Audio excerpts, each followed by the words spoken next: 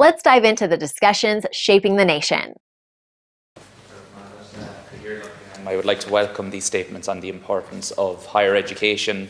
A cornerstone of Ireland's economic success has been the availability of a highly skilled and educated workforce. Since we embraced foreign direct investment and enabled access to second-level education for all, knowledge and talent has been the pillar of our economic strategy. Ongoing investment in further and higher education is core to our ambition of delivering sustained economic growth. The government must ensure that investment offers opportunity for everyone, while remaining agile to address the key challenges faced by our country, as well as the new and emerging technology and work practices.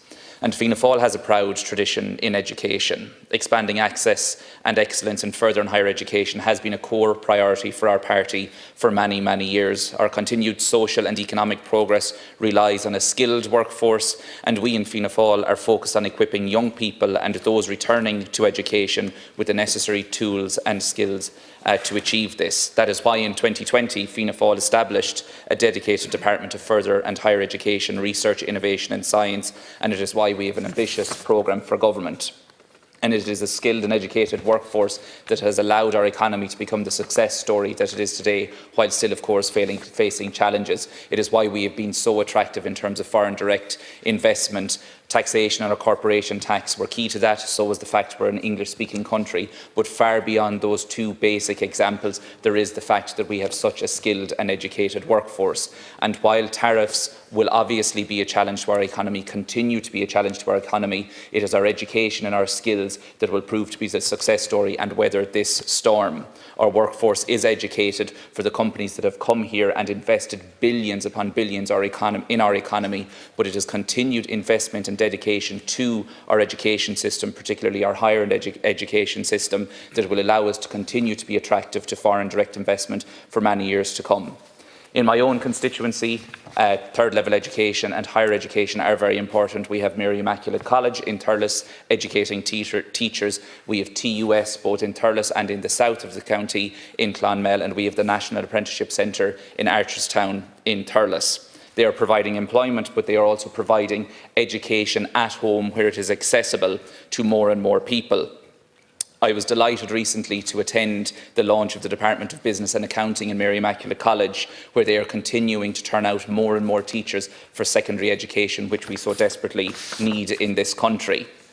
In relation to apprenticeship numbers, I'm glad to see a renewed focus on this. I think it is a very important thing. We need more and more skilled employees within our workforce if we are going to build the houses that we desperately need. And I particularly welcome the shift in mindset that we have seen in approximately the last decade in relation to apprenticeships in this country, particularly if you think of the class of 2014, which I was, or the class of 2015, there was essentially no focus or no ambition to send young people into apprenticeships and into skills. And I think we are massively paying the price for that today. Higher education or third-level education is extremely important, but for those who don't have that ability or that skill set, there are other options out there providing incredibly beneficial employment. And I think that is what we need to focus on, equipping our young people in this country with the skills that they need, but the skills that suit them and their abilities. We are seeing a historic reform of the Leaving Certificate, which I think is a very important thing, a very welcome thing, but that needs to be done right, and it will bring enormous benefits. It will bring critical thinking skills and analytical skills to young people, and I think we need to constantly move away from the rote learning model of education in this country. It is something that becomes a massive challenge for young people, particularly when they enter tertiary education. And I think focus also has to be put back on schools and the education of young people and getting them into the mindset that tertiary education does not have to be the be-all and end-all for how they succeed in life.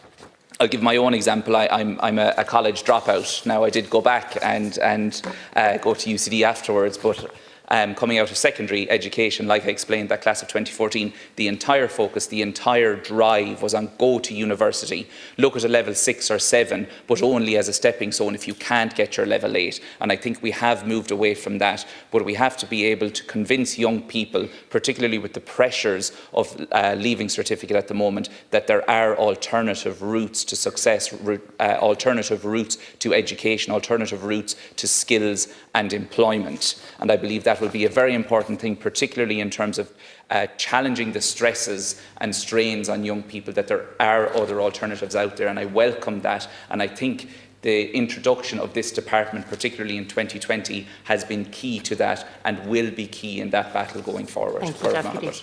Deputy Kay. Like, share, and subscribe, and let us know your thoughts in the comments. We'd love to hear from you.